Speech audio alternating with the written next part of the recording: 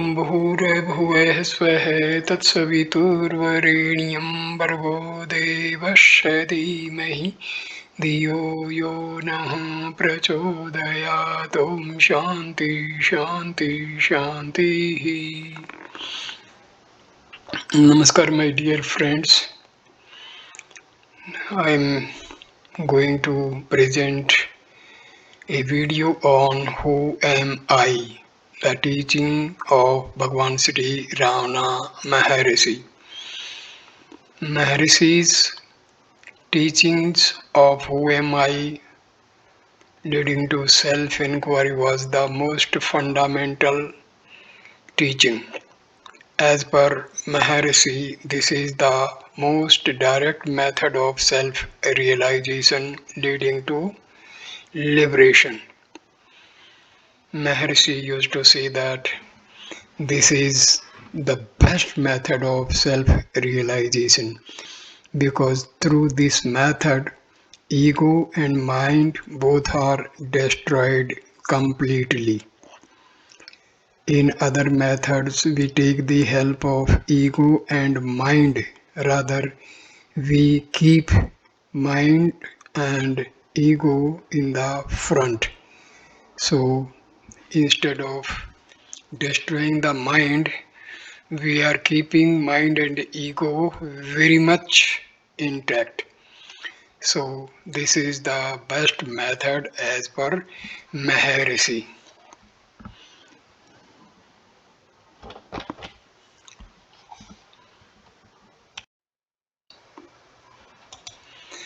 Who am I is the title given to a set of questions and answers bearing on self-inquiry. The questions were put to Bhagavan Sri Ramana Maharshi by Sri M. Shivaprakasham Pillai about the year 1902. Sri Pillai, a graduate in philosophy, was at the time employed in the Revenue Department of the South Arcot Collectorate. During his visit to Tiruvannamalai in 1902, an official work, he went to Virupaksha cave on Arunachala hill and met the Maharshi. There he sought from him spiritual guidance and solicited answers to questions relating to self-inquiry. As Bhagavan was not talking then, not because of any vow he had taken, but because he did not have the inclination to talk. He answered questions put to him by writing, as recollected and recorded by Sri Shivaprakasham Pillai. There were 13 questions and answers to them given by Bhagavan. This record was first published by Sri Pillai in 1923 in the original Tamil, along with a couple of poems composed by himself relating how Bhagwan's grace operated in his case by dispelling his doubts and by saving him from a crisis in life. Who Am I has been published several times subsequently. We find that this has been translated in most of the languages of different countries in the world. We find 13 questions and answers in some editions and 28 in others. There is also another published version in which the questions are not given and the teachings are rearranged in the form of an essay. The extant English translation is of this essay. The present rendering is of the text in the form of 28 questions and answers, along with Vichara Sangraham, self-inquiry, Nan Yar, Who Am I, constitutes the first set of instructions in the Master's own words. These two are the only prose pieces among Bhagwan's works. They clearly set forth the central teaching that the direct path to liberation is self-inquiry. The particular mode in which the inquiry is to be made is lucidly set forth in Nanyar. The mind consists of thoughts. The I thought is the first to arise in the mind. When the inquiry who am I is persistently pursued, all other thoughts get destroyed, and finally the I thought itself vanishes, leaving the supreme non-dual self alone. The false identification of the self with the phenomena of non-self, such as the body and mind, thus ends, and there is illumination, sakshatkara. The process of inquiry, of course, is not an easy one. As one inquires, who am I? Other thoughts will arise, but as these arise, one should not yield to them by following them. On the contrary, one should ask to whom do they arise. In order to do this, one has to be extremely vigilant. Through constant inquiry, one should make the mind stay in its source without allowing it to wander away and get lost in the mazes of thought created by itself. All other disciplines, such as breath control and meditation on the forms of God, should be regarded as auxiliary practices. They are useful so far as they help the mind to become quiescent and one pointed. For the mind that has gained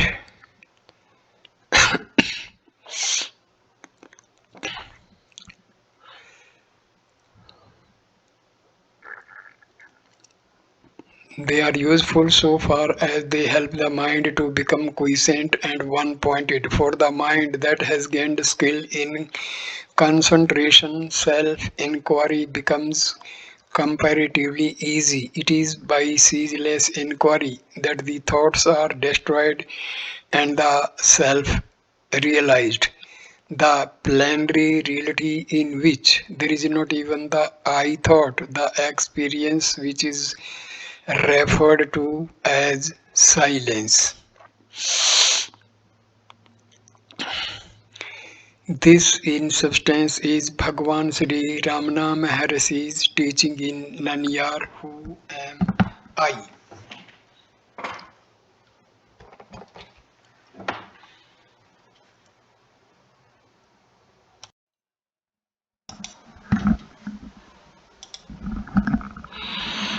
This is the photo of Maharshi at the age of 21.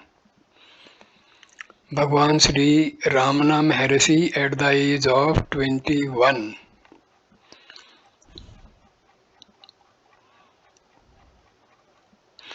Who am I? Nanyar. Nanyar, that is a Tamil word.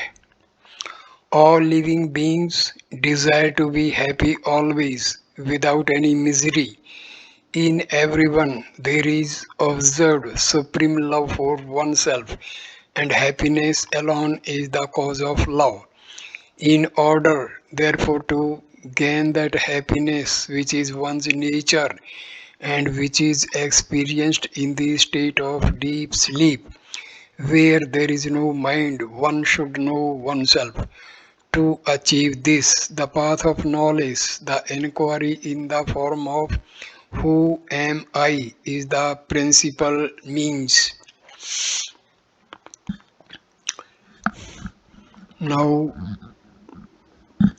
the first question starts: Who am I? The gross body, which is composed of the seven humors, dhatus, I am not, the five cognitive sense organs, which the senses of hearing, touch, sight, taste, and smell, which apprehend their respective objects which sound, touch, color, taste, and odor. I am not. the five cognitive sense organs, which the organs of speech, locomotion, grasping, excretion, and procreation, which have as their respective functions speaking, moving, grasping, excreting, and enjoying. I am not. The five vital airs, prana, etc., which perform respectively the five functions of in, breathing, etc. I am not. Even the mind which thinks I am not.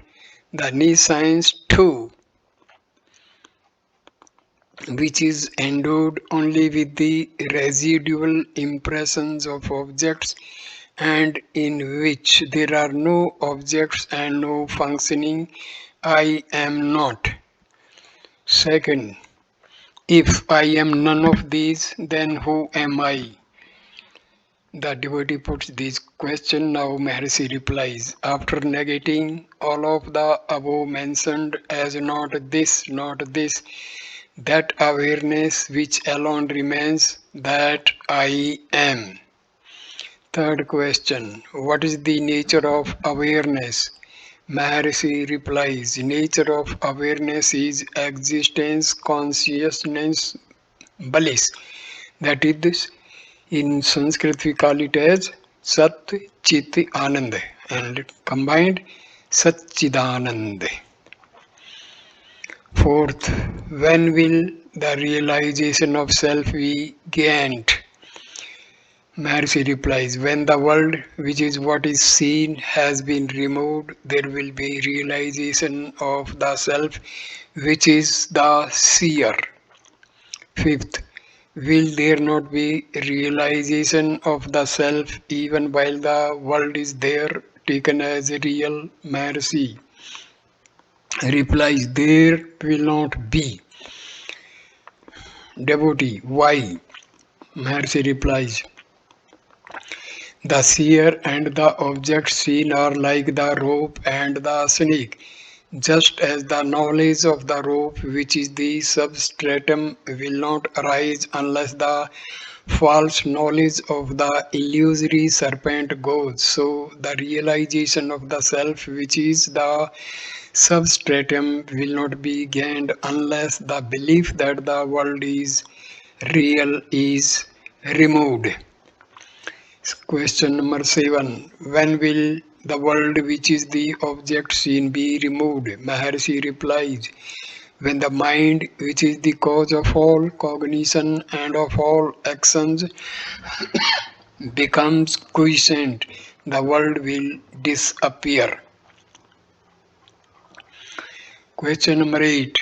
What is the nature of the mind? Maharshi replies, what is called mind is a wondrous power residing in the self.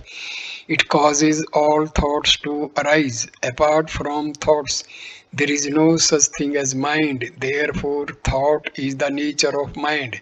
Apart from thoughts, there is no independent entity called the world. In deep sleep, there are no thoughts and there is no world. In the states of waking and dream, there are thoughts and there is a world also. Just as the spider emits the thread of the web out of itself and again withdraws it into itself. Likewise, the mind projects the world out of itself and again resolves it into itself. When the mind comes out of the self, the world appears. Therefore, when the world appears to be real, the self does not appear, and when the self appears, shines, the world does not appear. When one persistently inquires into the nature of the mind will end, leaving the self as the residue. What is in referred to as the self is the Atma. The mind always exists only in dependence on something gross. It cannot stay alone. It is the mind that is called the subtle body or the soul, Jiva.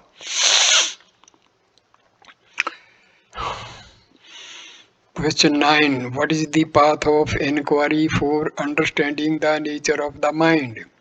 Maharshi replies, that which rises as I in this body is the mind. If one inquires as to where in the body the thought I rises, first one would discover that it rises in the heart. That is the place of the mind's origin. Even if one thinks constantly I, one will be led to that place. Of all the thoughts that arise in the mind, the I thought is the first. It is only after the rise of this that the other thoughts arise. It is after the appearance of the first personal pronoun that the second and the third personal pronouns appear. Without the first personal pronoun, there will not be the second and third. Question number 10. How will the mind become quiescent? Maharshi replies, by the inquiry, who am I? The thought, who am I, will destroy all other thoughts. And like the stick used for stirring the burning pyre, it will itself in the end get destroyed. Then there will arise self-realization. Question number 11. What is the means for constantly holding on to the thought, who am I? Maharshi replies, when other thoughts arise, one should not pursue them, but should inquire to whom do they arise. It does not matter how many thoughts arise. As each thought arises, one should inquire with diligence to whom has this thought arisen. The answer that would emerge would be to me. Thereupon, if one inquires who am I, the mind will go back to its source and the thought that arose will become quiescent. With repeated practice in this manner, the mind will develop the skill to stay in its source. When the mind that is subtle goes out through the brain and the sense organs, the gross names and forms appear. When it stays in the heart, the names and forms disappear, not letting the mind go out but retaining it in the heart is what is called inwardness, antarmukha. Letting the mind go out of the heart is known as externalization, bahirmukha. Thus, when the mind stays in the heart, the I, which is the source of all thoughts, will go, and the self, which ever exists, will shine. Whatever one does, one should do without the egoity I. If one acts in that way, all will appear as of the nature of Shiva, God. Question 12. Are there no other means for making the mind quiescent? Maharshi replies, other than inquiry, there are no adequate means. If through other means it is sought to control the mind will appear to be controlled but will again go forth. Through the control of breath also, the mind will become quiescent, but it will be quiescent only so long as the breath remains controlled. And when the breath resumes, the mind also will again start moving and will wander as impelled by residual impressions. The source is the same for both mind and breath. Thought indeed is the nature of the mind. The thought I is the first thought of the mind, and that is egoity. It is from That whence equity originates, that breath also originates. Therefore, when the mind becomes quiescent, the breath is controlled, and when the breath is controlled, the mind becomes quiescent. But in deep sleep, although the mind becomes quiescent, the breath does not stop. This is because of the will of God, so that the body may be preserved and other people may not be under the impression that it is dead. In the state of waking and in samadhi, when the mind becomes quiescent, the breath is controlled. Breath is the gross form of mind. Till the time of death, the mind keeps breath in the body. And when the body dies, the mind takes the breath along with it. Therefore, exercise breath control is only an aid for rendering the mind quiescent. Mano nigraha. It will not destroy the mind. Mano nasha. Like the practice of breath control, meditation on the forms of God, repetition of mantras, restriction on food, etc., are but aids for rendering the mind quiescent. Through meditation on the forms of God and through repetition of mantras, the mind becomes one pointed. The mind will always be wandering, just as when a chain is given to an elephant to hold in its trunk, it will go along grasping the chain and nothing else. So also, when the mind is occupied with a name or form, it will grasp that alone. When the mind expands in the form of countless thoughts, each thought becomes weak, but as thoughts get resolved, the mind becomes one pointed and strong. For such a mind, self enquiry will become easy. Of all the restrictive rules that relating to the taking of sattvic food in moderate quantities is the best. By observing this rule, the sattvic quality of mind will increase, and that will be helpful to self-enquiry. Question number 13. The residual impressions, thoughts of objects appear unending like the waves of an ocean. When will all of them get destroyed? Maharishi replies, as the meditation on the self rises higher and higher, the thoughts will get destroyed. Question number 14. Is it possible for the residual impressions of the objects that come from beginningless time, as it were, to be resolved and for one to remain as the pure self? Mercy replies, without yielding to the doubt, is it possible or not? One should persistently hold on to the meditation on the self. Even if one be a great sinner, one should not worry and weep, oh, I am sinner, how can I be saved? One should completely renounce the thought, I am a sinner, and concentrate keenly on meditation on the self. Then one would surely succeed. There are not two minds, one good and the other evil. The mind is only one. It is the residual impressions that are out of uh, residual impressions that are of two kinds, auspicious and inauspicious. When the mind is under the influence of auspicious impressions, it is called good, and when it is under the influence of inauspicious impressions, it is regarded as evil. The mind should not be allowed to wander towards worldly objects and what concerns other people. However bad other people may be, one should bear no hatred for them. Both desire and hatred should be eschewed. All that one gives to others, one gives to one's self. If this truth is understood, who will not give to others?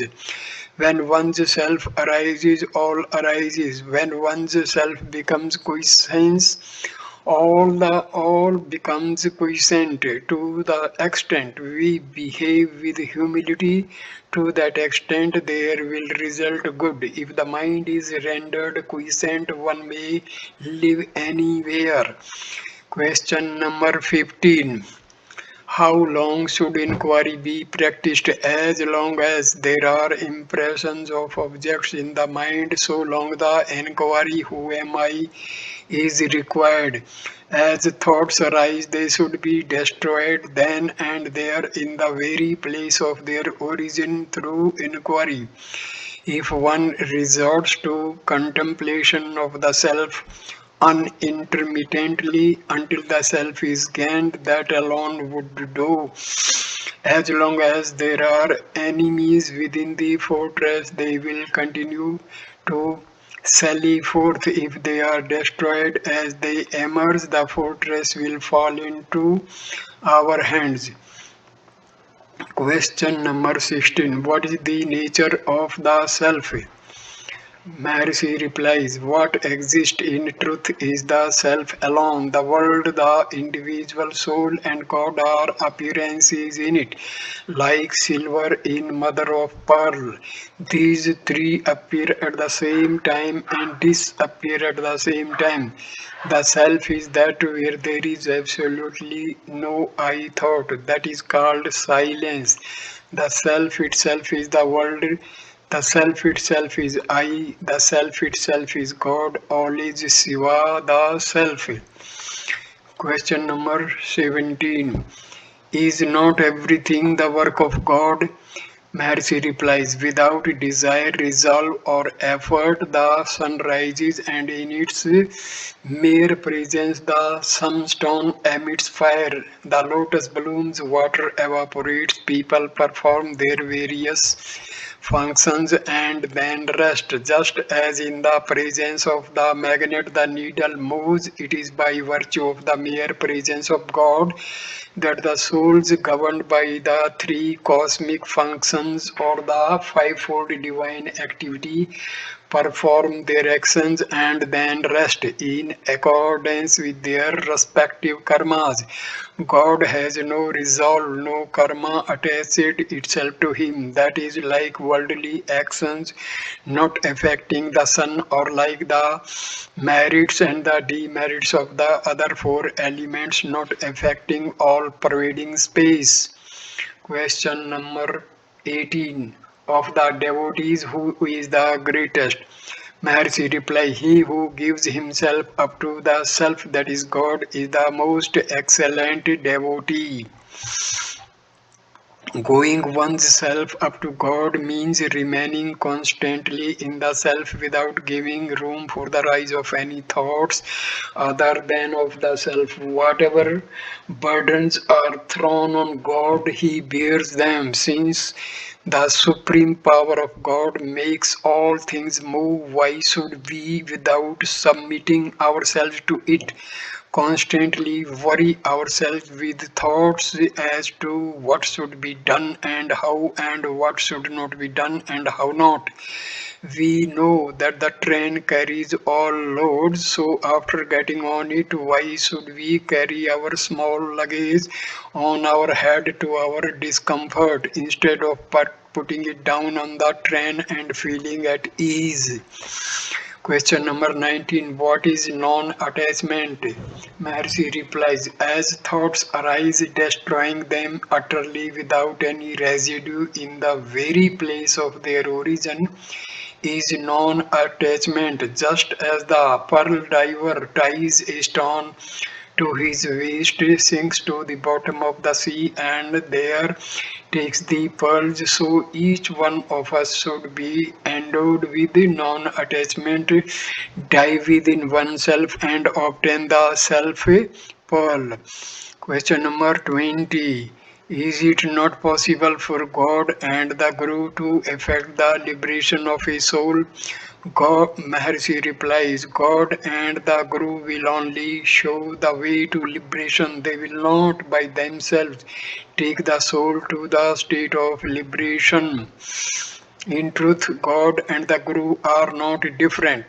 Just as the prey which has fallen into the jaws of a tiger has no escape, so those who have come within the ambit of the Guru's gracious look will be saved by the Guru and will not get lost. Yet each one should by his own effort pursue the path shown by God or Guru and gain liberation. One can know oneself only with one's own eye of knowledge and not with somebody else's. Does he who is Rama require the help of a mirror to know that he is Rama? Question number 21. Is it necessary for one who longs for liberation to inquire into the nature of categories, tattvas? Just as one who wants to throw away garbage has no need to analyze it and see what it is, so one who wants to know the self has no need to count the number of categories or inquire into their characteristics. What he has to do is to reject altogether the categories that hide the self. The world should be considered like a dream. Question number 22. Is there no difference between waking and a dream? Mercy replies, waking is long and dream short. Other than this, there is no difference. Just as waking happening seem real while awake, so do those in dream while dreaming. In dream, the mind takes on another body. In both waking and dream states, thoughts, names, and forms occur simultaneously. Question number 23. Is it any use reading books for those who long for liberation? Mercy replies, all the texts say that in order to gain liberation, one should render the mind quiescent. Therefore, their conclusive teaching is that the mind should be rendered quiescent. Once this has been understood, there is no need for endless reading. In order to quieten the mind, one has only to inquire within oneself. What is one's self is how could this search be done in books? One should know one's self with one's own eye of wisdom. The self is within the five seats, but books are outside them. Since the self has to be inquired into by discarding the five seats, it is futile to search for it in books. There will come a time when one will have to forget all that one has learned. Question number 24. What is happiness? Maharishi replies, happiness is the very nature of the self.